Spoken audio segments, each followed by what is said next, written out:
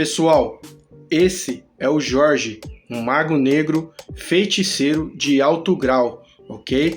Ele participa de um podcast no YouTube e traz a visão que eu sempre tenho falado no canal, a questão do gnosticismo, a qual traz para nós uma vertente, um conhecimento profundo, que o criador da matéria é o demiurgo, que eu sempre tenho falado.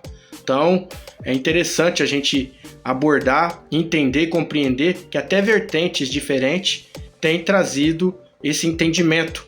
O criador da matéria, o grande arquiteto do universo, assim citado pelos maçons, ou o criador do mundo, ou o próprio Deus da Bíblia, O Deus imperfeito, o Aion, gerado por Pit Sofia, caído, Então, pessoal, vamos analisar. Eu quero que você assista, amplie cada vez mais o seu entendimento e possa chegar a uma conclusão, que o que você glorifica nos templos evangélicos, ou o Deus da Bíblia, não é o Criador verdadeiro.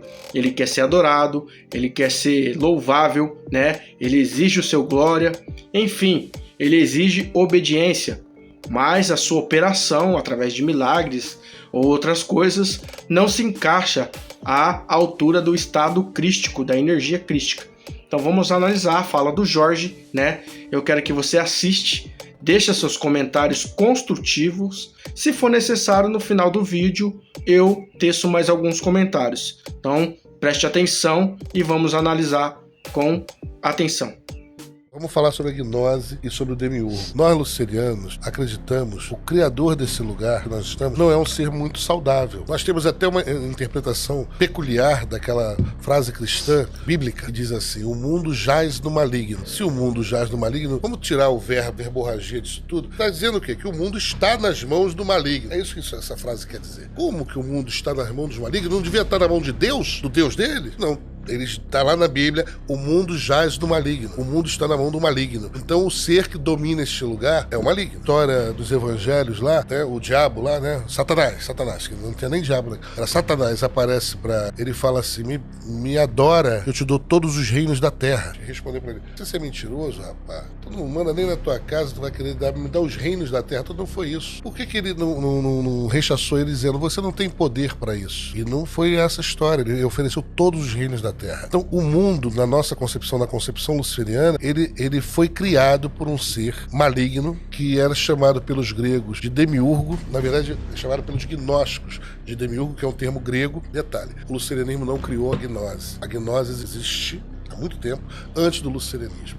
A gnose, não estou falando nem de lucerianismo agora. O pensamento gnóstico, ele tem a visão que o mundo é mau, porque ele é imagem e semelhança de um ser mau. Quando ele fala assim: o homem é a imagem e semelhança de Deus. O homem / mundo é a imagem e semelhança de Deus. Você olha para o homem, olha para as besteiras que o ser humano faz, e você olha para o mundo e vê o mundo como é que está, coisas acontecendo, aquelas palavras que não se pode citar aqui no YouTube. Sentido, Você olha e fala: pô, isso é muito mal. Então, se isso é mal, isso é imagem e semelhança de algo, esse algo é muito mal. Porque, vamos lá, se você fosse um Deus e visse uma criança sendo, agora é aquele negócio do estupipipipipi, você ia interferir ou não interferir? Claro que você interferir. Não precisa ser Deus. Você está ali vendo, se você vê isso acontecer, você interfere. Como é que um Deus, um ser todo-poderoso, permite o mal na Terra? Porque é o livre-arbítrio humano. Mentira. Livre-arbítrio? Ninguém tem livre-arbítrio. Você é produto de condicionamento familiar, social, cultural e de época. Eu posso dizer como é que o iraniano vai reagir numa determinada situação. Eu posso dizer como os cariocas reagem em determinada situação,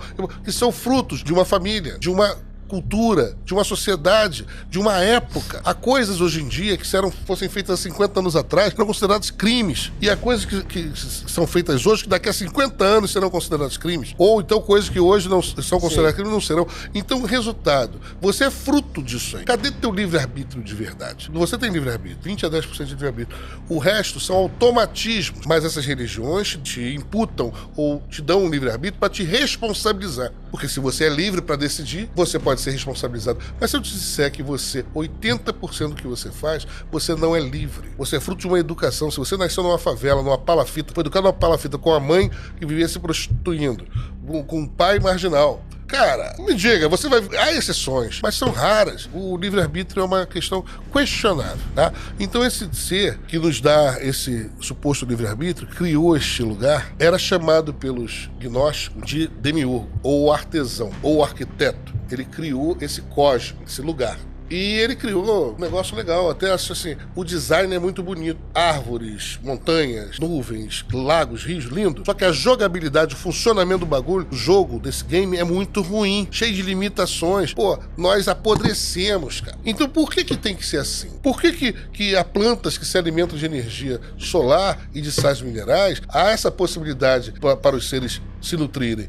Por que outros seres têm que comer uns aos outros? E muitas vezes vivos. Você pensa que na caça, quando você vê, porque os biólogos, quando estão fazendo aqueles documentários, mostram o bichinho morto. Mas uma vez ou outra eles mostram lá como é que o cara come. O leão, quando pega a zebra, ele come primeiro as vísceras. E a zebra muitas vezes está viva. Que ser doente planejou esse processo de troca de energia entre as criaturas vivas? Então, nessa concepção, os gnósticos chegaram a uma visão filosófica, dizendo o seguinte: o ser criou esse mundo, é um ser ruim. Esse mundo é ruim, esse mundo é mau, coisas horríveis acontecem nele. Por quê? Porque quem criou é ruim. Se o relógio, né, você acabou de construir esse relógio, e ele tá cheio de defeito, de quem é a responsabilidade? Do relógio ou minha? Responsabilidade, pior, não é nem de quem tá usando, é imputar ao relógio a responsabilidade. Se você é uma criatura de Deus, sim, e tá cheio de defeito, sua natureza vai pro maligno, seus passos caminham pro maligno, sua vontade se inclina pro mal, quem é o culpado, o responsável por isso? Você que é a criatura ou o criador? O relógio ou o relojoeiro? É o relojoeiro. Então, se o relógio foi construído com defeito, o relojoeiro é responsável. Se a criatura é toda defeituosa, toda maligna, malévola, etc,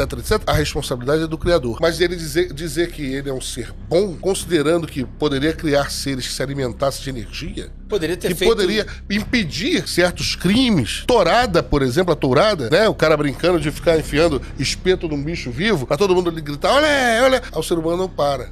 Aí quando os caras vão fazer a tourada e enfiam coisa no touro, todo mundo sente a pontada. Todo mundo que tava lá assistindo parou a tourada. Então, assim, um ser onipotente, onisciente, onipresente, poderia acabar com o mal do mundo. Mas dizem que não acaba por causa do nosso livre-arbítrio. Nós temos o direito de escolher entre o bem e o mal. Isso é muito questionável. Então, vocês prestaram atenção no que o Jorge disse? Faz total sentido para quem usa raciocínio, inteligência, coerência, para quem pensa, para quem não tem preguiça de usar o cérebro, certo? Não seja ignorante a ponto de dizer, mas ele é satanista, né? Não estou falando de questão religiosa, não estou falando da vertente que ele segue, e sim a coerência profunda que ele traz acerca da natureza, da engrenagem, da mecânica que funciona, onde animais precisam devorar um ao outro, se ambos são criações do mesmo Criador. Você, ser humano, para sobreviver, precisa se alimentar, né, de resíduos de animal. Então não faz sentido. O mundo do jeito que está, a coerência que ele trouxe, um pai vendo uma criança ser abusada, ele podendo evitar, não faria nada, não interferia, porque o Criador, que você diz ser bom, não interfere, porque o jogo pertence ao demiurgo. Esse jogo, essa Matrix, esse universo, essa dimensão, esse roteiro pertence ao demiurgo. Isso quebra diálogo até de ateísta, né? Embora eu sei que eles não acreditem em nada mesmo, são neutros, mas isso faz total lógica e sentido. Capeta não existe, demônios não existe, é uma criação romana, tá? O que existe são obsessores, energias trevosas. Isso são entidades, não tem nada a ver com demônio. A historinha que você aprendeu de anjo caído do céu é apenas metáfora, ok? Então, no passar dos vídeos que eu venho trazendo aqui, a gente vai trazendo para vocês a lógica e a construtiva para vocês se desintoxicar do sistema da Matrix, principalmente do cristianismo que embriagou vocês da mentira. Então, não esquece de deixar seu like. Valeu, até o próximo vídeo. Fui.